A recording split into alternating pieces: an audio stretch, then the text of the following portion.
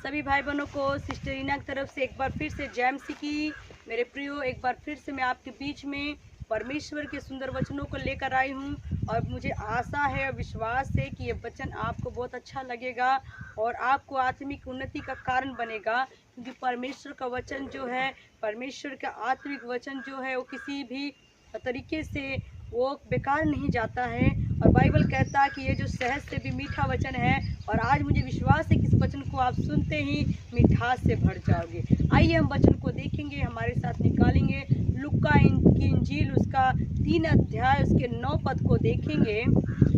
अब कुल्हाड़ा पेड़ों की जड़ पर धरा है, इसलिए जो पेड़ अच्छा फल नहीं लाता वह काटा और आग में झोंका जाता है। हालेलुया। तो मेरे प्रियो, आज मैं आपके बीच में वचन लेकर आई हूँ पेड़ के बारे में कि जो पेड़ अच्छा फल नहीं लाएगा उसे काटा जाएगा।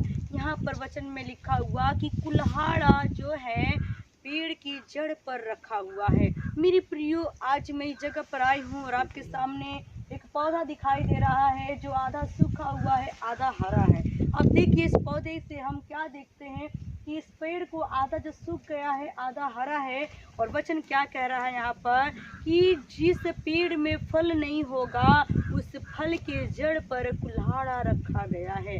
कुल्हाड़ा क्यों रखा गया है? ताकि उसे जड़ से काट दिया जाए और उस जगह को, जो जगह घेर कर ये जगह रखा हुआ है, ये पेड़ ने बेकार में जगह को घेर कर रखा हुआ है, इसको काट दिया जाए और ये सूख जाए, इसको आग में झोंका जाए।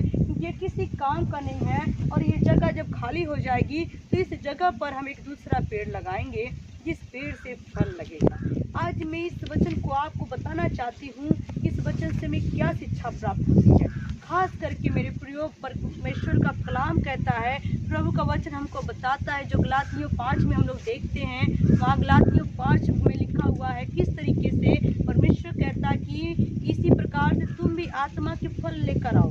तो मेरे प्रियो, हम फल की चर्चा करते तो कई बार मेरे भाई बहन चीज़ों को लगता है प्रभु यीशु मसीह हमसे फल मांगता है, अर्थात केला, सेब, संतरा, मौसम्बी, अंगूर, ये फल नहीं प्रभु कह रहा है। मेरे प्रियो, इस फल की चर्चा प्रभु नहीं कर रहा, इस फल के बारे में प्रभु जिक्र नहीं कर रहा। मेरे प्रियो, किस फल की बात करता है? बाइबल के अंदर जब हम गलातियों 5 में देखते हैं, वहाँ पर साफ साफ लिखा हुआ है कि आत्मा के फल 9 प्रकार के हैं। 9 प्रकार के फल जो है वो बाइबल में दर्शाया गया और दिखाया भी गया है, जिसका नाम है प्रेम, आनंद, शांति, धीरज, कृपा, भलाई, विश्वास, नम्रता और संयम। हम इन 9 फलों के बारे में जिक्र देखते हैं कि प्रेम, आनंद, शांति, धीरज, कृपा, भलाई, विश्वास, नम्रता, संयम। क्या इन 9 फलों में से आपके अंदर कोई भी एक फल है? अगर आपके अंदर इसमें से कोई भी एक फल नहीं है तो आज भी आप सूखे वृक्ष के समान हैं। जैसा कि आप मेरे सामने देख रहे हो कि ये वृक्ष सूखा हुआ है, इसमें कोई फल नहीं है और ये आधा सूखा और आधा हरा है। तो इस पेड़ का क्या काम? इस पेड़ का यही काम हो सकता है कि इसे हम जड़ से काटेंगे और ये सूख जाएगा और एक दिन उसको हम जला देंगे। तो मेरे प्रियो, आत्मा का फल होना हमारे जीवन में बहुत ही आवश्यक है, जरूरी है, अनिवार्य है। तो मेरे प्रियो, आत्मा का एक भी फल अगर आपके अंदर नहीं लगा है तो एक दिन प्रभु आपको भी काट डालेगा, अर्थात प्रभु आपको पसंद नहीं करेगा। अगर आपके अंदर इन 9 फलों में से एक भी फल नहीं है तो परमेश्वर आपको नरक की आग में डाल देगा, आपको झोंक देगा, जड़ से ही खत्म करेगा, आपकी जगह पर किसी और को चुनित करेगा, आपकी जगह पर परमेश्वर किसी और को खड़ा करेगा। जैसा कि आज का जो मनुष्य है वो वेटिंग में चल रहा है। जैसे हम टिकट करवाते हैं मेरे प्रियो, और कहीं सफ़र में जाना होता है तो हम वेटिंग में चलते हैं।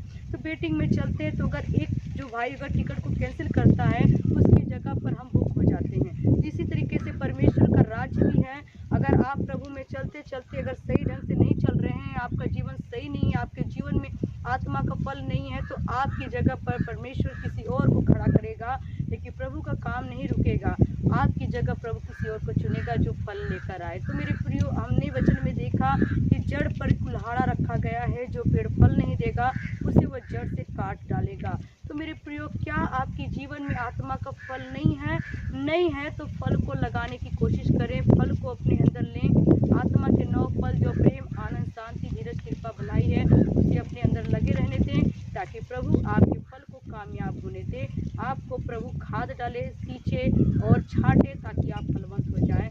आपके साथ ऐसा कोई सलूक नहीं किया जाए जो उस सूखी पेड़ के साथ किया जाता है। तो मेरे प्रिय, मुझे विश्वास है और आशा भी है ये वचन आपको पसंद आया होगा। तो मेरे प्रियो, आइए आंखें बंद करेंगे, प्रार्थना करेंगे। सर्वशक्तिमान परमेश्वर, जिंदा खुदा, मेरे परमेश्वर पिता प्रभु यीशु जी, मैं प्रार्थना करती पिता, जो मेरे भाई बहन यूट्यूब के जरिए से मुझे देख रहे हैं पिता परमेश्वर, उनके जीवन में आत्मा के नौ फल लगने पाए। प्रेम, आनंद, शांति, धीरज, कृपा, भलाई और विश्वास, नम्रता, संयम, ये 9 फल सबके अंदर हो पिता परमेश्वर, ताकि तू उन्हें पसंद करे। क्योंकि जिस वृक्ष में, जिस पेड़ में फल होता है, लोग उसी को देखते हैं, लोग वहीं आशा लगाते हैं, उसी से प्रेम करते हैं और उसके निकट जाते हैं। मेरे प्रभु, जिस पेड़ में फल नहीं है, लोग उसे काट डालते हैं। आज प्रभु जी, हम कांटे और छांटे वाले पेड़ ना बने पिता, बल्कि फलवंत डालियां बने पिता, फलवंत वृक्ष बने पिता, ताकि आपके राज्य में जब आए तो फल लेकर आए पिता। और जो लोग फल लेकर आते वो तुझे पसंद आते मेरे पिता। धन्यवाद करते पिता, मेरे भाइयों के जीवन में, बहनों के जीवन में फल लगने पाए पिता, ताकि इनका फल बरकरार रहे पिता, बना रहे पिता, और जब तक तू ना आ जाए मेरे प्रभु। तेरा धन्यवाद करते, शुक्र तारीफ करते, प्रार्थना को सुन ले, यीशु के नाम से मांग लेते, आमीन। आप सभी को जय मसीह।